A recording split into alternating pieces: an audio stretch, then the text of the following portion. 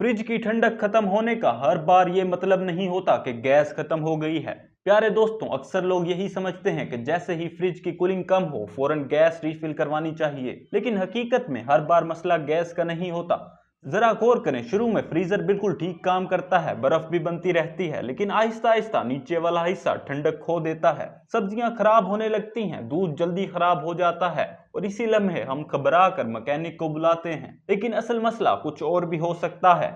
हर fridge के अंदर एक छोटा सा ड्रेनेज होल होता है जो इजाफी पानी को बाहर निकालता है। वक्त के साथ इसमें मैल, मिट्टी या फंगस जमा हो जाती है और ये होल ब्लॉक हो जाता है। जब ये बंद हो जाए तो ठंडी हवा का बहाव मुतासिर होता है। नतीजा, ऊपर फ्रीजर तो सही काम करता है लेकिन नीचे की कूलिंग तकरीबन खत्म हो जाती है। और हैरानकुन बात, इस मसले का हल बहुत आसान है। सिर्फ एक बारीक तार या प्लास्टिक स्टिक लें और इस ड्रेनेज होल को साफ कर दें।